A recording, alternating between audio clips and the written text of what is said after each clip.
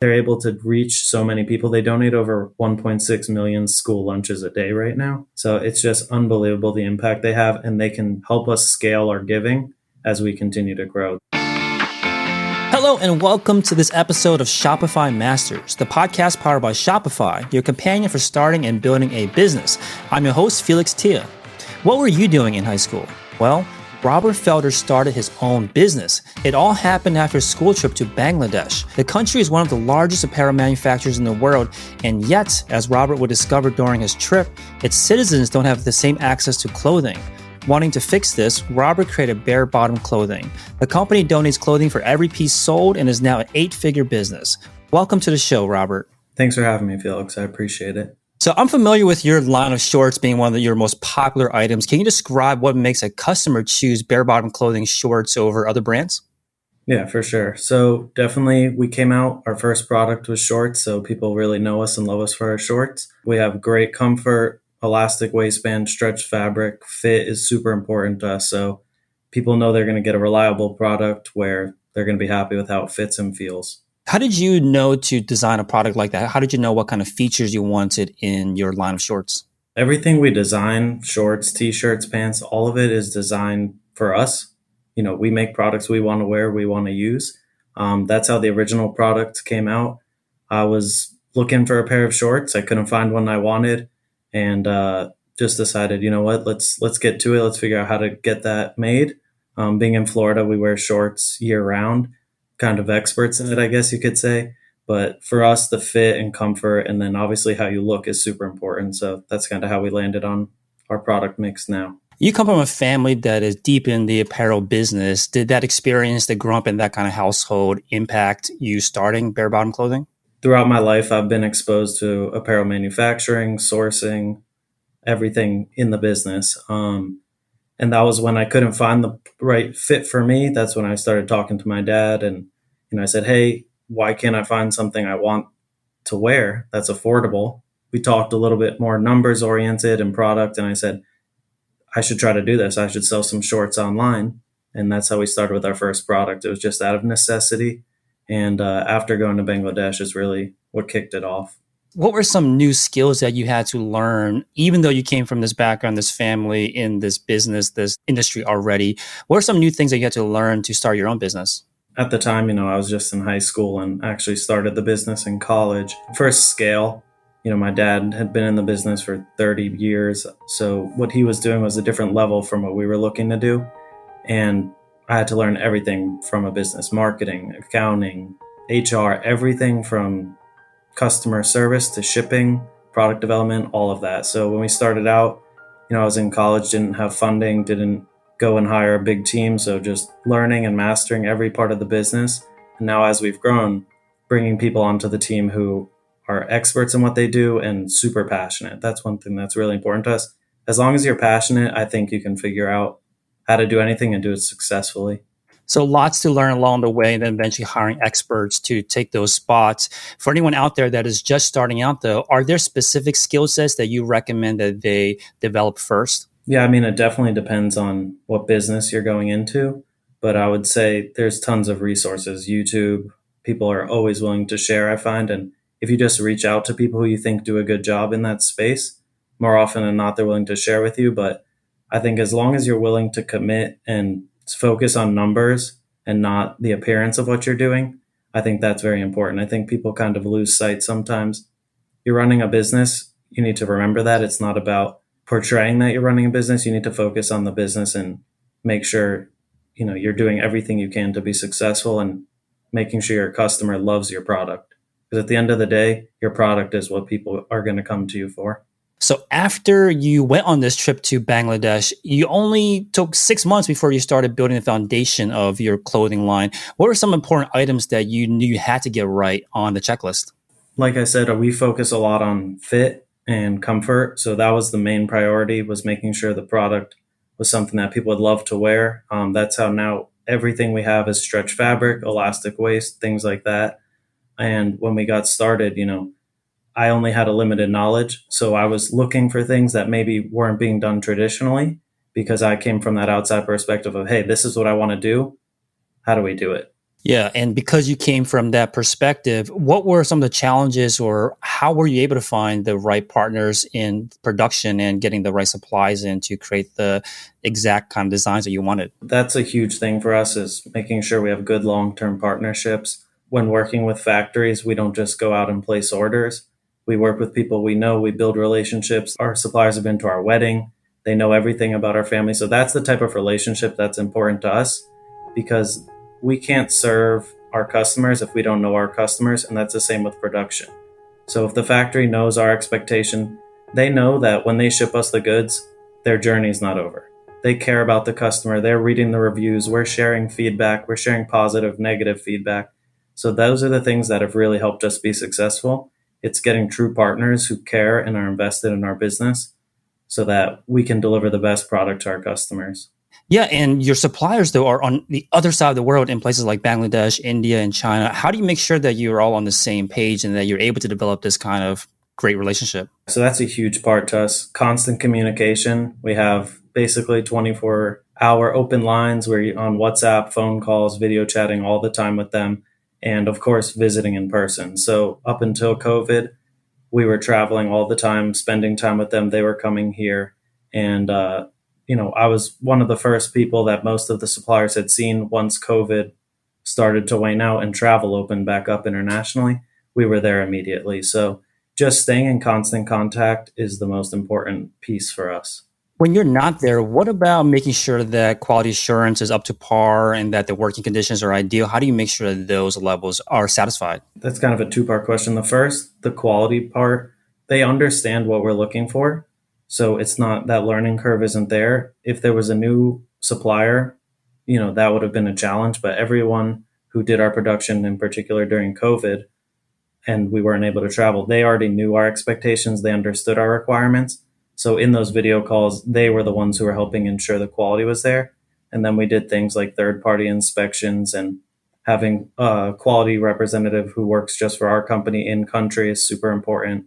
So they can go to different factories, and the factories are even willing to have their representative go to a competitor because of the relationship we have and just that open, transparent working relationship. And then in terms of working conditions, it's an open book. They share everything and anything we ask because of the relationship. So again, it always comes back to that. And we don't place an order without personally having someone on our team visit the facility, speak with their management, understand their working, how they operate, everything like that. And even with these processes and relationships that you've built, you had a pretty big loss due to inventory where the back pockets of your clothing were too small. Tell us what happened. Yeah, so this was probably about 4 or 5 years ago now, where there was production ongoing, and they were wrapping up, starting to do the packing, and the factory realized they just had a mistake in the measurement, and they contacted us about it. They said, "Hey, we made this mistake." They were upfront, they were honest about it, and they said, "Here are our options on how to fix it. What do we do?" When you have a problem like that, the worst case scenario is you don't find out until it's in a customer's hand. So this was something where we worked with the factory. We shared the cost to do the repair. We shared the knowledge. We called in, family and friends who had experience in similar issues or ways to correct it. And that is not possible to get that type of cooperation with someone who you just don't have a good relationship with. So that was one way where, obviously it wasn't something we were happy about, but we always tell the factory, your problem is our problem and our problem is your problem. So there's no benefit to anyone if they don't try to do what they can to fix it. The same way, if we don't sell the product, they don't get more orders. So we really try to push, relationships and cooperation with everything we do. I'm chatting with Robert Felder, founder of Bare Bottom Clothing. They sell versatile, comfortable, and wearable everyday clothing and donates through their buy one, give one model.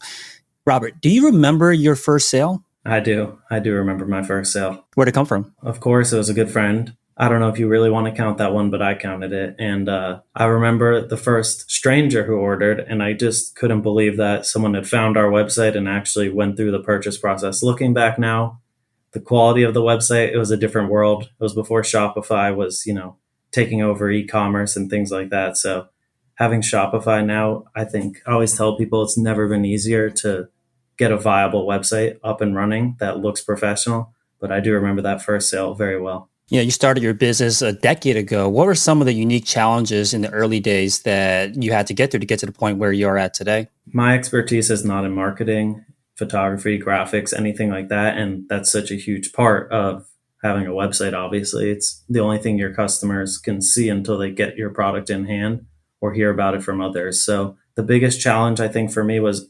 understanding that side of the business.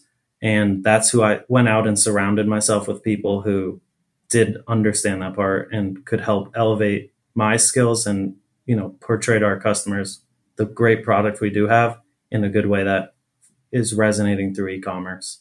And throughout this process over the last decade, at what point did you realize that Bare Bottom could be something big? It was my whole intention. I started it in college, so I had a little bit less of a risk factor. So I think that's obviously a huge part of it. I say to everyone, take advantage of that time when you don't have the bills and challenges of adulthood where you might have towards the end of high school, or if you are in college, take that time where you don't have the pressure of a family and take the risk. I knew it would be something, I could continue because I planned for that. Within the first year, I said, okay, this will be my career. I never did a job interview while in school. And I still remember I had an assignment where I had to build a LinkedIn profile. And I told my teacher, I'm not interviewing for jobs. I don't need a LinkedIn. He said, oh, no, this is the assignment. I said, but you don't understand. I don't need someone to find me, because at that point, LinkedIn wasn't the networking tool it was now. It was really just find jobs, find recruiters, that type of thing. So now it's obviously beneficial to have it, but it's interesting to look back. Going through college, I had a different experience. I wasn't, stressed about finding a job. I was learning so I could better my business. And I was always connecting, what am I actually working on to this coursework, and finding ways where I could pull in little pieces of my business and saying, okay, what can I learn in this class to improve my business? Yes, you always had this roadmap, this conviction that you would make this work. You had no other kind of plan B involved. But were there moments, were there big sales, big things that happened where you realized that, okay, this is actually playing out like I envisioned? I don't think there was ever like a big spike or bump. A lot of companies, I think they have that one big break where a celebrity or PR happens. I always tell our team, like, we're here. The longer it takes us to build, that's okay, because that's just how much longer we're going to last. I was always just keeping at it. And I still, to this day, when things aren't going as planned, I say, we have our mission. We're doing things the right way. Let's keep doing it, and we'll be successful from it. And as the business has evolved, e-commerce has grown over the decade, competition has entered the space. How do you make sure that you're always standing out from the crowd and that you are top of mind, or at least being considered when customers are looking for clothing like yours? Yeah, that's one thing that's definitely changed a lot. The competition has never been higher, as you said. For us, product at the end of the day is always the key. We believe that anyone who gets our product in hand will love it. And it's just convincing them, make that purchase so that we can get them as a customer. Because, like I said, we focus so much on product, quality, fit, fabric, function, everything of our product. We do think people will love it. And the other part that goes back to, much of our marketing team and our e-commerce team, they're doing so much work behind the scenes where customers don't understand, the level of production and attention to detail that goes into helping to build our brand, because we might only get 2 to 4 seconds of someone's time in a day as they're scrolling through social or, going online. We need to make sure that they're enjoying that engagement with us. And a lot of that comes from our customers. Our customers have helped shape our business, shape our brand, and they continue to give us unbelievable content because they love our product and they're doing things that we love to see them do. Yeah, and there have been times where there is too much demand for you to meet it with the inventory that you had on hand. Can you tell us more about what happened? COVID, obviously, in particular, everyone understands the bump that e-commerce had, and supply chains were slowed or stopped. So luckily, we had these great relationships with our production partners, and they were able to believe in us. And we said, their demand is coming. It's here. We need to scale up. We need to ramp up. And while a lot of, brick and mortar stores were canceling orders, we were increasing orders. And, there was a lot of pressure on these partners just from having so many cancellations to kind of believe us and stick with us. Meant a lot because we were doubling and tripling order quantities when people were canceling, they had to take that risk and they were willing to do it, and it's paid off because all these customers that we've gained during that time have stuck around. I'm excited to hear more about your journey right after this quick message from Shopify. Whether you're dreaming of starting your business or in the middle of scaling one, we know that building a business can be lonely at times. To bring fellow founders together, we've launched our merch store, Shopify Supply. From hoodies to socks, you can represent your hustle spirit. Check it out at shopify.supply. That's shopify.supply. And use the code PODCAST for 10% off your complete order, and you'll get free shipping within North America too. Happy shopping! I'm chatting with Robert Felder, founder of Bare Bottom Clothing. They sell versatile, comfortable, and wearable everyday clothing and donates through their buy one, give one model. So you had this vision in high school, you started the business in college. How were you able to balance running this business and school at the same time? At times, I definitely had to choose which was a priority, and I would say the business often won out over school. It was just me and a couple of friends helping, part-time at the time to ship. And I would be in a class and I would get a phone call from the storage unit where we used to actually store our product. No. Oh, man. The truck is here with the delivery. So I would quickly pack up my bag. I would pick up my phone and say, hold on, I'm stepping out of class. And I would get outside and I'd say, hey, it's Robert. And they said, hey, Robert, the truck's here with your delivery. I know they said it was going to be this afternoon.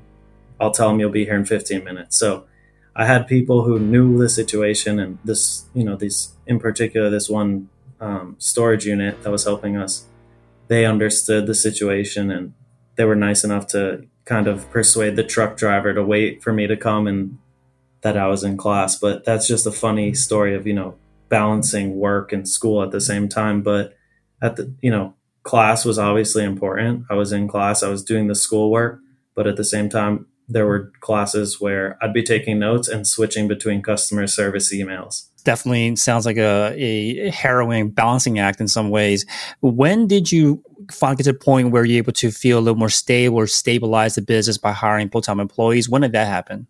That happened towards the end of college. I never wanted to outpace our growth by hiring and putting us in a bad situation as a business. So that was super important to me. And in the past 2 to 3 years is when we've really ramped up hiring and trying to get people who are as committed and passionate as the rest of our team is. And that's the most important thing. Everyone on our team now, they're all super dedicated and driven individuals. And I think it shows in the work and the product we put out to our customers. Looking at the products on your site, the products have thousands of reviews. I even see one that has almost 10,000 reviews. How do you encourage people to leave reviews? Yeah, that's a huge thing for us, especially, that social proof is so important. People may not have heard of us and they just click on an ad or word of mouth.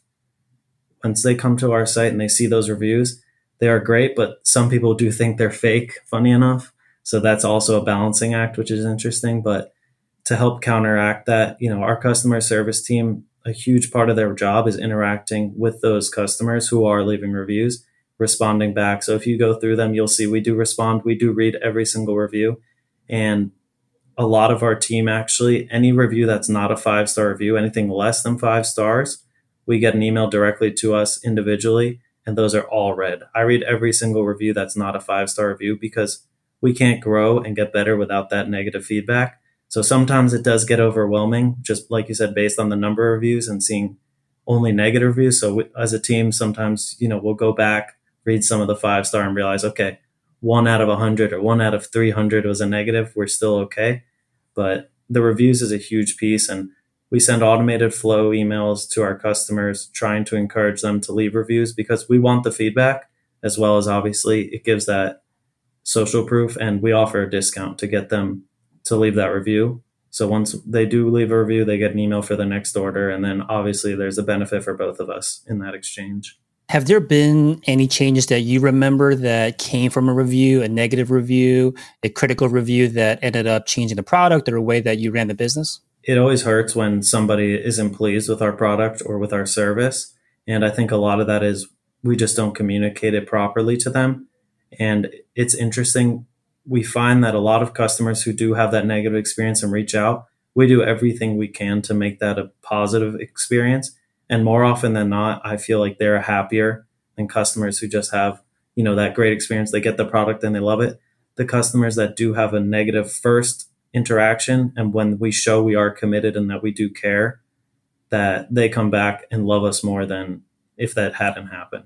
Yeah, that's really interesting that a lot of the causes of these issues are around communicating the product properly, like almost a mismatch in expectations. Can you say more about how to cover that gap and make sure that your customers fully understand what they're buying, what they're getting? That's always a challenge in e-commerce, especially for apparel, in my opinion.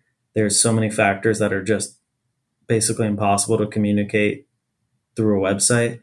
But how we try to combat that is we give people the basic information they want, and then we have more detailed sections. We have on our social media, we post videos, we post customer content explaining in more detail. So we try not to overload people with information when they're shopping, but we do try to provide resources where if they do want to really explore more, they have that opportunity where they can understand, what's the difference between these two fabrics. We do comparisons. That's one good way. So a great example of stretch shorts is our number one selling product, and it comes in a 5.5 and 7-inch inseam. It has stretch fabric, elastic waistband, and it's like a typical khaki pair of shorts turned bare bottom. We got a lot of feedback on that and in reviews from customers who like a slimmer fit. And they said the leg opening's too big, I don't like how it looks. So then we just recently launched our stretch chino short, which is a bit of a more dressed up version. The stretch short's a little more casual, and it has that slimmer fit. So we sent to people who left those reviews and comments, we said, hey, here's the slimmer fit you were looking for. Check out the stretch chino short. In the product description, we added that same fabric, same colors as our stretch short, but that modern slimmer fit. So that's a great example of customers, sharing their experience and us trying to find a way to help, give them exactly what they're looking for. You have a buy one, give one program. Tell us more about how it works. That started when I was trying to come up with the brand and the company. Like you mentioned, I'd visited Bangladesh and I saw what an impact a thriving industry can have on a country where they're just, starving for development. So the jobs that the factories were providing at the time, one salary was providing wages to feed 8 people in that family. So that impact was incredible. And at the time, also Tom's Shoes was just exploding. And they, are credited with really pioneering this buy one, give one. And I remember one of the factories we were pulling up, and right outside, there were 3 kids playing and they weren't wearing any clothing. And to me, as a high schooler and, never really experiencing a country like Bangladesh, living in the US, I traveled to the Dominican and other places, but something in Bangladesh stood out to me. And the fact that they were producing millions of garments right there and the kids just outside didn't have any clothing on just stuck in my mind. And that's when I said, when we do this business, obviously we'll do what we can, make sure that the factories are good for the workers, but let's do something a little bit extra where the product that they're helping us produce, they get to enjoy as well. So when we started out, we were just selling shorts. So we were donating a pair of shorts for every pair of shorts we sold. Now we donate for every item we sell. We were doing a pair of shorts, and we've recently changed that to a school lunch, because at the scale we were hitting, we as a team reviewed and we said, what can we do to make a bigger impact while, everyone appreciated. And we gave to the daycare in the factory. That's where we started. Then we expanded to all the factory workers, kids, their families, the schools that they went to outside, local hospitals. So we were really getting a wide reach with the clothing donation. But we said, what can we do that can have a bigger impact? And that's how we landed with our partner now, Akshaya Patra. And that's donating a midday lunch program is what it's called. It's a school lunch where the impacts of a school lunch are far greater than you can ever imagine of just eating at school. It drives up the rates that students actually attend school. So absenteeism is much improved. These kids are obviously much more nourished. The parents want them to go to school because it helps, offset the cost of having to feed their kids, the structure and routine of being in school. There's so much impact that lunch has that goes through society. It helps the girls as they're more educated. They learn more. They don't start working at home, which is traditional in a lot of, rural areas, especially in India, where we have this donation, and the girls are staying in school for longer, which is delaying marriage, which is delaying having kids. So they're being a part of the economy, and they're helping to, produce a lot more in that country where maybe traditionally they would just be assumed that they would stay at home and help take care of their siblings. So it's really amazing to see the impact that can have. Yeah, it's amazing to hear you talk about how what started as buy one, give one has expanded to have such a big impact that it's not just about getting clothing, but now not just about getting lunches, but also impact for maybe generations. How did you find the partner to donate these school lunches to set up these kind of programs? Originally, when we were donating the clothing, it was super important to me and the rest of our team that the product was getting to people who needed it. So that's why we were working directly with our production partners, making sure it wasn't just being, we gave this away. We wanted to make sure people who needed it. So we were working with local NGOs who they had personal relationships with. And to find this Akshaya Patra, this organization that helps to donate the meals, crazy enough, I was on YouTube and in a YouTube rabbit hole, which I love to be on YouTube. And I saw a video, and it was someone visiting one of their kitchens. And it said, this meal makes 25,000 school meals a day. And I was like, how is that possible? I need to see that. So I watched the video, and it talked about the organization. I saw the impact they had, and I was like, this could be something really huge for us. And started looking more and more into the organization, got in touch with them, spoke with them, told them about our company, our mission. And they immediately said, we want to support this. You totally are a great fit for us. And they've helped support us since. And they're able to reach so many people. They donate over 1.6 million school lunches a day right now. So it's just unbelievable the impact they have. And they can help us scale our giving as we continue to grow. That was one thing that was super important to us. It was an efficient organization who can help us continue as we grow. You seem to always have a long vision for what you want to do with your life and for your business. What is the vision for the next decade for Bare Bottom Clothing? It's always an interesting question because people will say, hey, what's your 1 year, 5 year, 10-year plan? Even our 1 month plan is changing. We're always trying to improve. We're doing everything we can to improve. I do see and hope in the next 10 years to continue to build our team. That's super important because without a good team, it's impossible to do anything that we do. And just trying to become a household name where instead of the social proof of reviews, people just know who we are and they know our product and love our product. So that's what we're trying to do, is become that go-to apparel brand. And because I do believe e-commerce is the future of shopping, the experience of just going on your phone quickly before your trip and ordering shorts, and everything we do, we try to get 2-day shipping. Any order over $100 is 2 to 3 day shipping. We ship out the same day before noon. So that experience, I think, is critical, and we want to continue and improve that experience. Thank you so much for joining me today. Robert Felder, founder of Bare Bottom Clothing. They sell versatile, comfortable, and wearable everyday clothing and donates through a buy one, give one model. Thank you so much. Thank you. Appreciate it. And that's all the time we have this week. Come hang out with us next time on Shopify Masters. Again, I'm Felix Tia. Take care.